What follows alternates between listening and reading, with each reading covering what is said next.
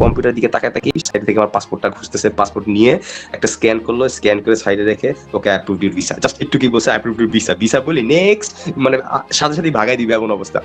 আর আমি যে তাকে বলবো যে ভাই you have thank you have made my day, এই বলারও সুযোগ আমাকে দেয় না। তাও আমি ভিসা যখন আমি দেখতেছি আমার দিকে অ্যাপ্রুভাল লেটারটা দিতেছে, আমারও মাথাও কাজ করতেছে না। আমি জাস্ট নিয়ে আমি হাঁটতে হাঁটতে মানে ব্যাগে ঢুকাইতে ঢুকাইতে আমি বলতেছি thank you officer, you have made my day. অফিসের দিকে তাকাইও না, এই অবস্থায় আমি বের হয়ে চলে আসছি। হঠাৎ করে ডেট পেয়ে আমার মাথায় পুরো মানে আকাশ ভেঙে পড়ছে এমন অবস্থায়, কি করবো না করবো, কাজও বাকি আছে, আমি সেভিস ফিও দেই নেই, পরে আমার ডিএস ফিল আপ করাটা বাকি ছিল। পরে আমি মনে করি পুরো তাড়াহুড়ো লেগে গেছি, এই 17 তারিখ তো গেল, 18 তারিখ ডিএস পূরণ করলাম, সবকিছু করলাম, পরে 17 তারপরের দিন সেভিস দিলাম, সেভিস দিয়ে আমার এখন হাতে টাইমই নেই যে আমি প্রিপারেশন নিবো। অথচ আমার মানে এম্বাসির কোশ্চেন সম্পর্কে কোনো আইডিয়াই ছিল না যে আমি কি করবো না করবো। আর লাস্টের দিক দিয়ে পূর্বা ম্যাম ছিল, পূর্বা ম্যামের কাছে 2টা মক দিছি, মক দিয়ে মোটামুটি আমার যে ভুল, যেরকম ফার্স্ট টাইম ভুল প্র্যাকটিস করতেছিলাম, এই ভুল প্র্যাকটিসটা যে সংশোধন হইতেছে, এটাই আলহামদুলিল্লাহ অনেক। আর আন্তরিকভাবে দুঃখিত যে 9টা থেকে 11টা 31, তার মানে 10, 11, 2 ঘন্টা 31 মিনিট অপেক্ষা করছেন এক্সপিরিয়েন্স শেয়ার করার জন্য। আসলে কৃতজ্ঞতা জ্ঞাপন করছি, সেই সাথে আবারও অভিনন্দন জানাচ্ছি আপনার এই সফলতার পিছনে যে যারা কন্ট্রিবিউশন রেখেছেন, আপনার ফ্যামিলি থেকে শুরু করে যারা, সবার অসংখ্য ধন্যবাদ। আর আপনি এসেছেন আমাদের মাঝে, আমরা খুবই গ্রেটফুল। আপনার শুনতে পাচ্ছেন 69 ভিউয়ার্স, ফেসবুকে 23, এবং পরবর্তীতে আরো অনেকে আপনাকে শুনতে পারবে। তো আপনি আপনার মূল্যবান অভিজ্ঞতা শেয়ার করবেন, আপনার জার্নিটা কেমন ছিল এবং আপনাকে কি প্রশ্ন জি করা ভাইয়া, হচ্ছে। জি ভাইয়া, আমি পার্সোনালি যে আমার জার্নিটা যদি বলি, সবকিছু মনে করেন একদম হুট হাট, বুঝছেন। মানে ফার্স্টে আমি যখন অ্যাপ্লাই করি আমার ডেট ছিল একদম ফেব্রুয়ারি 11 তারিখ। তো ওখান থেকে আমি ডেট আগাতে পারছিলাম না, আমি প্রায় 3 থেকে 4 মাস মাঝখানে এই দেশে আন্দোলন টান্দোলন হইলো, এম্বাসি টেম্বাসি বন্ধ ছিল, ডেট তো আরো নাই। তো মানে এমন একটা অবস্থা হয়েছিল যে আমি মানে প্রায় ফার্স্টে দিয়ে ইউএসএ যাওয়ার হোপই ছেড়ে দিয়েছিলাম, যে আমি মনে হয় ডেটই পাবো না, ইন্টারভিউ দিতে পারবো না। তারপরও করলাম, ডেট খুঁজাখুঁজি করে হঠাৎ আমি 18 তারিখে, মানে 17 তারিখ রাতের বেলা, মানে 18 তারিখে বলা যায়, 17 তারিখ রাতের বেলায় গিয়ে আমি একটা ডেট পাইছি। আমার ডেট হচ্ছে নভেম্বরের 24 তারিখ, একদম 5 দিন পর। ডেট পাওয়া যাচ্ছে না, এখন 5 দিন পর হঠাৎ করে ডেট পেয়ে আমার মাথায় পুরো মানে আকাশ ভেঙে পড়ছে এমন অবস্থায়, কি করব না করব, কাজও বাকি আছে, আমি সেভিস ফিও দেই নেই, পরে আবার ডিএস ফিল আপ করাটাও বাকি ছিল। পরে আমি মনে করি পুরো তাড়াহুড়ো লেগে গেছি, এই 17 তারিখ তো গেল, 18 তারিখ ডিএস পূরণ করলাম, সবকিছু করলাম, পরে 17 তারপরের দিন সেভিস দিলাম, সেভিস দিয়ে আমার এখন হাতে টাইমই নেই যে আমি প্রিপারেশন নিব। অথচ আমার মানে এম্বাসির কোশ্চেন সম্পর্কে কোনো আইডিয়াই ছিল না যে আমি কি করব না করব। আচ্ছা ভালো কথা, এখন মোটামুটি ইউটিউবে ঘাটাঘাটি করতেছি, কি হইতেছে না হইতেছে, কিন্তু আমার খুব একটা পছন্দ হইতেছে না। ওরা ওদের মতো মক দিতেছে, কি আসলে কি না করি, আমার একটা বাস্তব রিভিউ দরকার ছিল, যে বাস্তব রিভিউটা কিভাবে দিব। পরে আমার একটা ফ্রেন্ড ছিল, ফ্রেন্ডকে আমি জিজ্ঞাসা করলাম জাস্ট ক্যাজুয়ালি, যে জিজ্ঞাসা করলাম যে ইউএসএ টিউএসসি নিয়ে মক ইন্টারভিউ আদৌ কেউ নেয় কিনা, মানে আমার এটা জানা ছিল না যে এইসবের মক আছে। আচ্ছা ভালো কথা, বললো যে আমার একটা ফ্রেন্ড, মানে ওর একটা বড় ভাই ছিল, বড় ভাই ও নাকি কোথায় নাকি মক দিস। আচ্ছা ভালো কথা, আমি বললাম তুই একটা আমাকে একটু ম্যানেজ করে দিস। ও আমাকে পরে যে আপনাদের এই ভুমেকের একটা লিঙ্ক পাঠায়। এখন আমার তো তখন অবস্থা মানে এমন অবস্থা যে আমি একদম পুরা কিনারায়, যে আমার কোনো কিছু করাই না, আমি তো কিছুই জানি না, পুরা ডিমোটিভেট। তো আমি এত কিছু চিন্তা করি না, যে মক আছে একটা সামনে পাইছি, এখন এত খুঁজাখুঁজিরও আমার টাইম নেই, মানে একটু অনেস্ট যেটা, যে আমার তো খুঁজাখুঁজির টাইম নেই, আমি জাস্ট মক কিনে ফেলছি, যে রেগুলার একটা ব্যাচ মক কিনে ফেলছি। এখন মক কিনে এখন তার জিজ্ঞাসা করলাম, আমার ফার্স্টে অন্য একজন আমাকে রেসপন্স করছিল, কিন্তু আমার মেন্টর ছিল পূর্বা ম্যাম আর কি, পূর্বা ম্যামের সাথে পূর্বা ম্যাম লাস্টে আমাকে মকটা নিছে।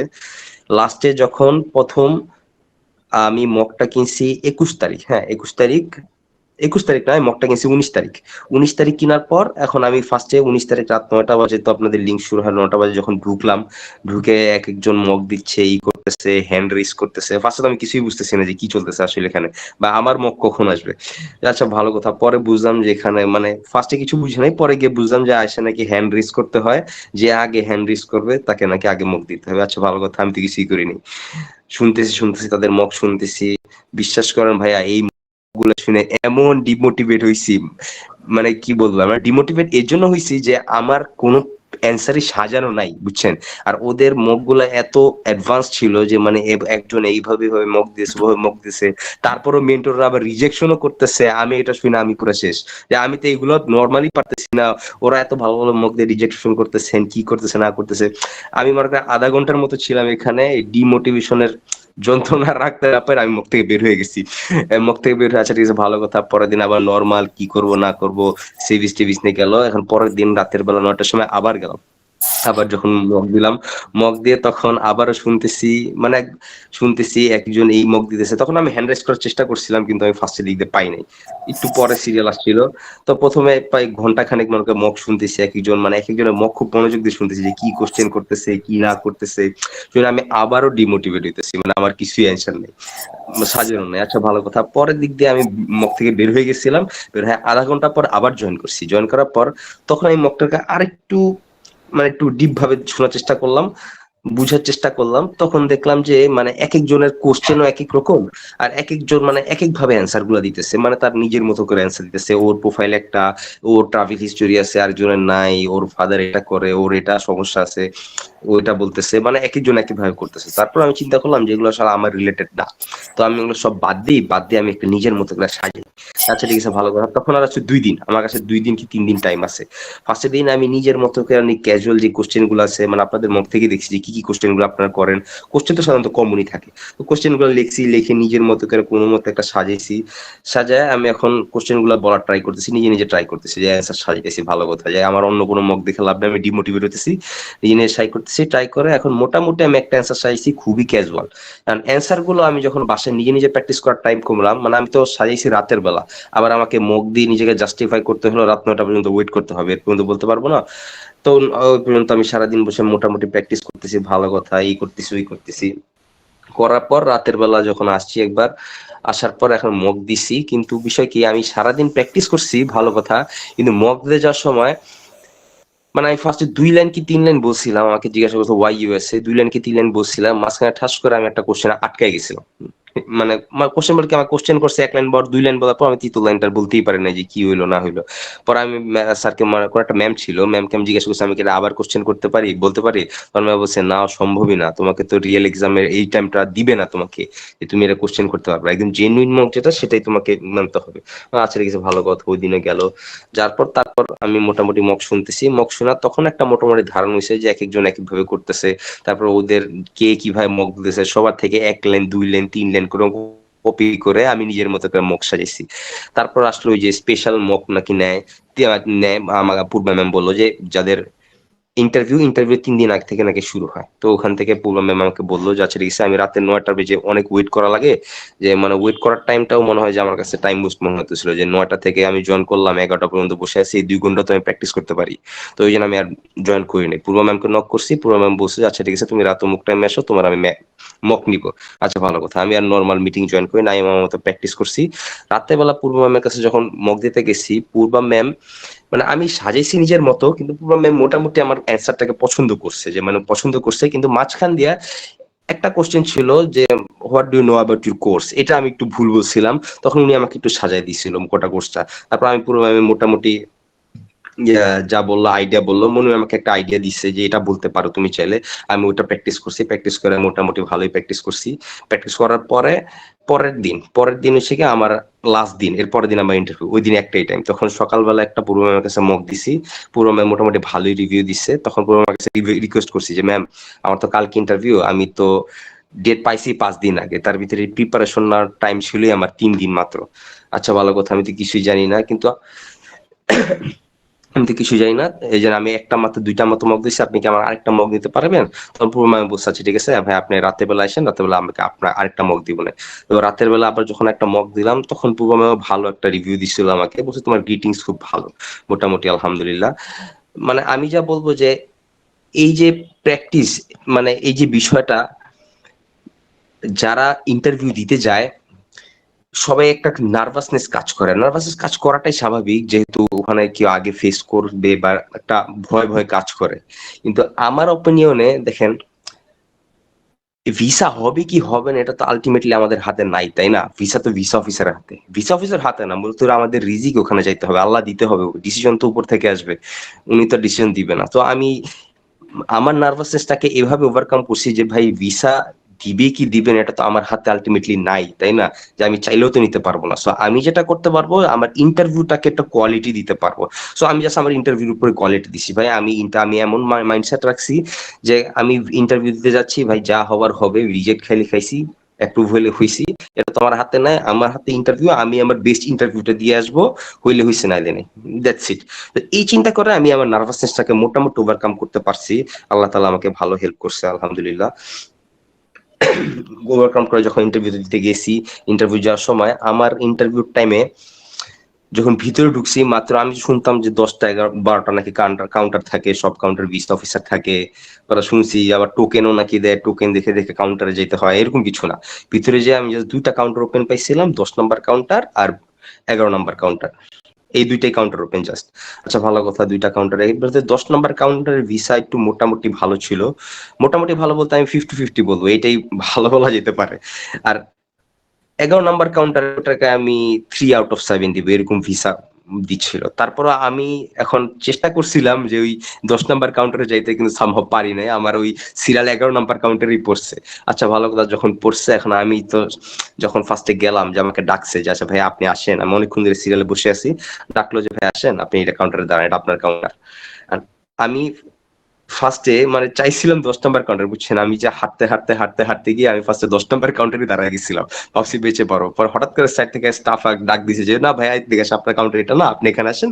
পিছনে একজন লোক ছিল, ওনাকে দেখছে আপনি আসেন, আপনার কাউন্টার এটা। আচ্ছা ভালো কথা, কারণ কাউন্টারে বসায় দিচ্ছে, আমি তো আর ওখানে জোর করে যেতে পারি না। আচ্ছা ভালো কথা, এখন কিছু করার নাই, সব মাথা থেকে সব বাদ দিয়ে দিছি, ভাই কি হবে না হবে আমি জানি না, আমি আমার বেস্ট ইন্টারভিউ দিয়ে আসবে, আমি তো একদম স্ট্রেট হয়ে দাঁড়ায় আছি।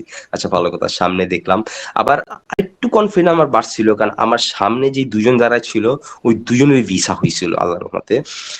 কিন্তু এর আগেও মোটামুটি ভালো রিজেকশন গেছে 11 নাম্বার কাউন্টারে, কিন্তু দুজন ভিসা হওয়ার কারণে মোটামুটি ভালো মানে আমিও কনফিডেন্ট পাইছিলাম। গেলাম, যারপর ম্যাম আমাকে জিজ্ঞাসা করলো, ওকে গ্রিটিংস দিলাম, গুড আফটারনুন অফিসার।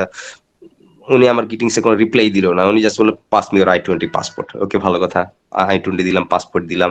তারপর আমাকে জিজ্ঞাসা করতেছে কেন ইউএসএ যাচ্ছ, এইটা সেটা সেটা, মোটামুটি মাঝখান দিয়ে একটা কোশ্চেন আমি একটু আটকে গেছিলাম বলতে কি, আমাকে আমাকে যখন জিজ্ঞাসা করছিল যে how do know about this university, তখন আমি বলছিলাম আমি আমাকে বড় ভাইকে চিনি, যে ওই ইউনিভার্সিটিতে এখনো মাস্টার্স করতেছে। তখন সে আমাকে জিজ্ঞাসা করছে how do no your brother, তখন আমি অ্যান্সার দিছিলাম he lives beside my house.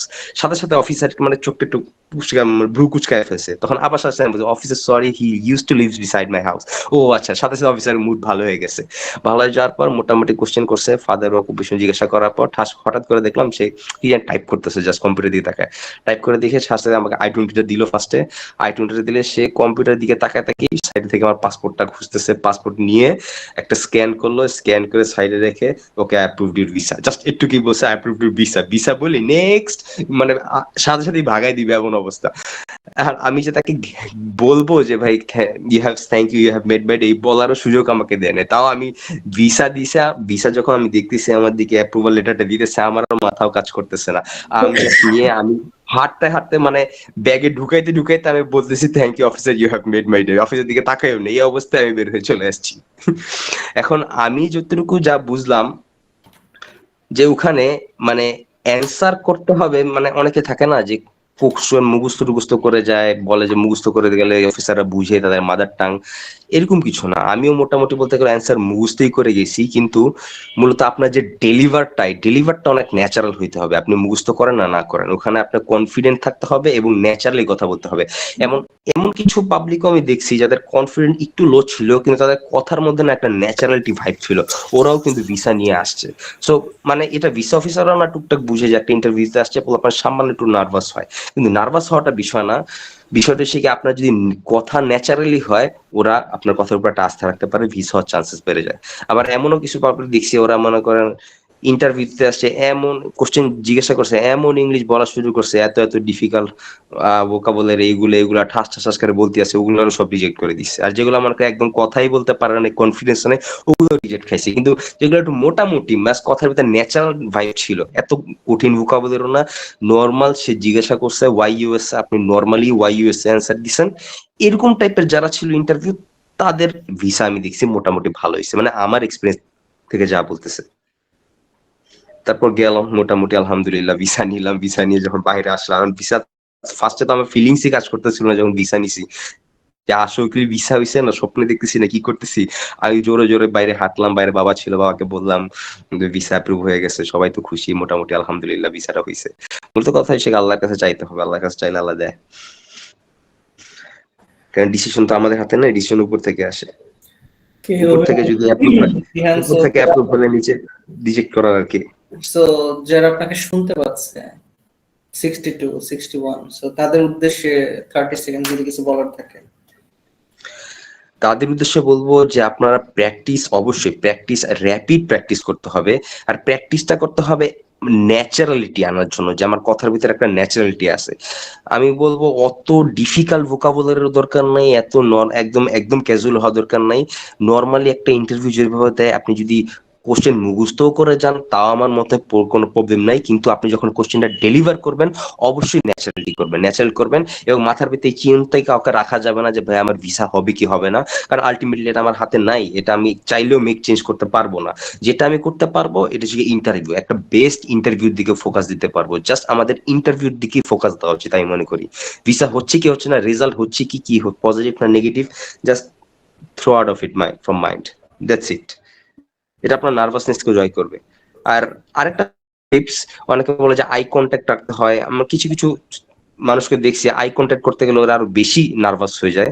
তো আমি তাদেরকে বলি যে আপনারা আই ব্রু কন্ট্যাক্ট করতে পারেন, একটু ডিস্টেন্সে থাকে তো, আইয়ের দিকে না দিয়ে যদি আমরা আই ব্রু বা একটু কপালের দিকেও ফোকাস দিয়ে রাখি, মানে মনে হয় যে না আপনি চোখের দিকে তাকায় আছেন।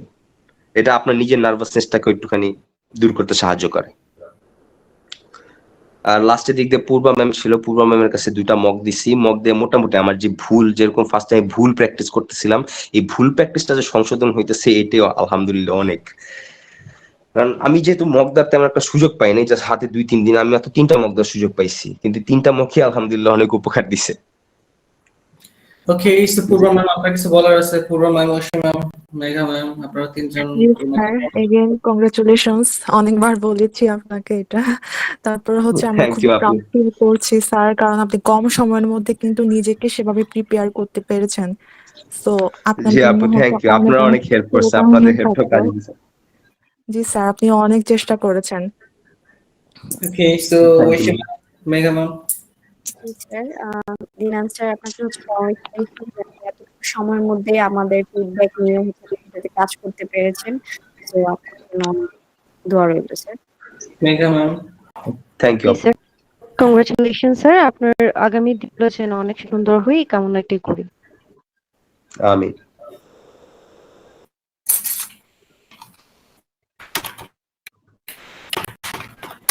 আসসালামু আলাইকুম। জিসান ভাই।